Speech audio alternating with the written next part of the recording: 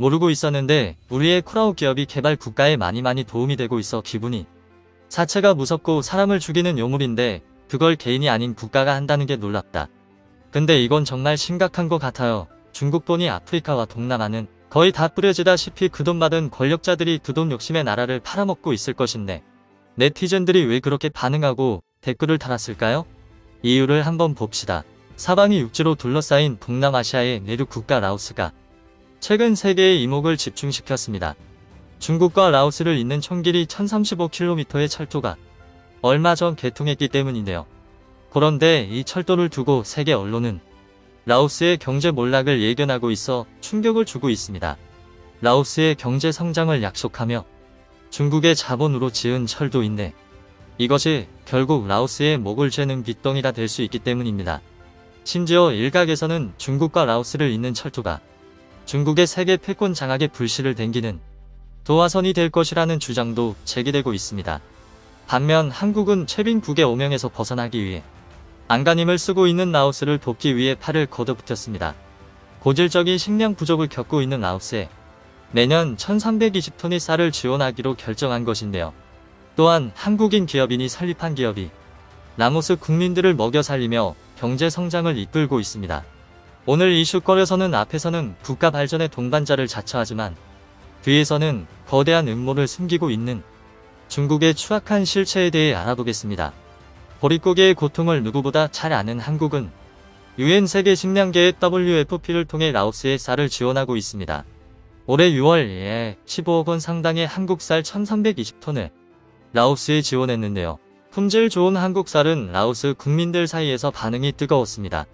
특히 한국 쌀로 학교 급식을 시작하자 아이들이 학교에 가는 것을 더 좋아하게 됐고 출석률과 학습 성과도 높아졌다는 현지인들의 얘기도 전해졌죠. 사실 라오스는 2020년 세계 기아 지수에서 심각 국가로 분류됐던 나라입니다. 5세 미만 인구의 33%가 만성 영양실조를 겪고 있으며 인구의 23%가 빈곤 상태인데요. 이에 우리 정부는 매년 예멘과 에티오피아, 케냐, 우간다 등 4개 나라에 공유하던 쌀을 올해부터 라오스와 시리아까지 확대 지원하기로 결정한 것입니다. 이로써 한국은 20년간 WFP로부터 식량 원조받던 수혜국에서 공여국으로 발전한 최초이자 유일한 나라가 됐는데요. 한국의 성공 사례는 WFP 본부에서도 빛나는 사례로 꼽히며 개발도상국들의 희망이 되고 있습니다. 이에 데이비드 비즐리 WFP 사무총장은 지난해 11월 11일 한국농업인의 날 행사에 참석해 감사 인사를 전했습니다. 이에 반해 가난한 라오스를 뜯어먹지 못해 안달인 나라가 있습니다. 바로 중국인데요. 라오스의 지원이란 명목으로 자금을 대출해준 뒤 빚을 갚지 못하게 되면 원하는 것을 내놓으라며 협박을 일삼고 있기 때문입니다. 홍콩 신문 민마오는 사실을 폭로했는데요. 그러자 미국의 마이크 폼페이오 전 국무장관은 중국을 겨냥해 혹평을 가하기도 했습니다. 이처럼 중국은 가난한 나라들이 가지고 있는 하나마저 빼앗아가는 만행을 눈 하나 깜짝하지 않고 저지르고 있는데요. 결국 라오스 역시 다른 신흥국가들처럼 중국 1대1로에 참여했다가 부채의 함정에 빠지고 만 것입니다. 대체 라오스에서는 무슨 일이 일어났던 것일까요? 지난 12월 3일 중국과 라오스를 잇는 대규모 철도가 개통했습니다. 중국 윈난성 성도 군민에서부터 위신 퓨어를 거쳐 중국 라오스 접경 지역인 부템을 지나 라오스의 수도 비엔티안까지 연결되는 총거리 1035km의 철도인데요. 철도의 개통으로 부템 면에서 비엔티안까지 이틀이나 걸리던 시간이 3시간으로 단축되었으며 중국 군민에서 라오스 비엔티안까지는 10시간 이내에 주파가 가능하게 되었습니다. 이를 두고 중국에서는 자국이 추진한 1대1로의 성과라며 호들갑을 떨고 있습니다. 이는 철도 전 구간이 중국 기술과 장비로 건설됐기 때문입니다. 게다가 열차도 모두 중국 국유철도 제조사인 중고중처 집단에서 중국 기술로 제조했는데요. 만약 이 모든 게 무상 지원이었다면 중국이 라오스에 큰 은혜를 베풀었다고 할 수 있을 정도였습니다. 그러나 중국의 행보는 더럽고 치졸했습니다. 라오스는 자국 내 414km 구간 건설을 위해 중국 국책은행으로부터 35억 4천만 달러, 한화 약 4조 2천만 원을 대출받았습니다. 게다가 이번 철도 건설에는 약 7조 원에 달하는 막대한 자금이 투입됐는데 이는 라오스의 한 해 국내 총생산 GDP의 3분의 1에 상당하는 규모입니다. 파이낸셜 타임스는 이번 철도가 라오스 역대 최대 규모 공공 인프라 사업이라고 보도했을 정도입니다. 이를 두고 국제신용평가사 피치는 비용 편익을 따졌을 때 경제적으로 아주 타당한지 의문이라고 지적했습니다. 게다가 원래는 이 철도가 2027년부터 흑자를 낼 것으로 예상했지만 때문에 과연 라오스가 이 거액의 부채를 상환할 능력이 되는지를 두고 세계 여론이 의문을 품고 있습니다. 동남아의 대표적인 빈곤 국가인 라오스가 절대로 감당할 수 없는 액수이기 때문입니다.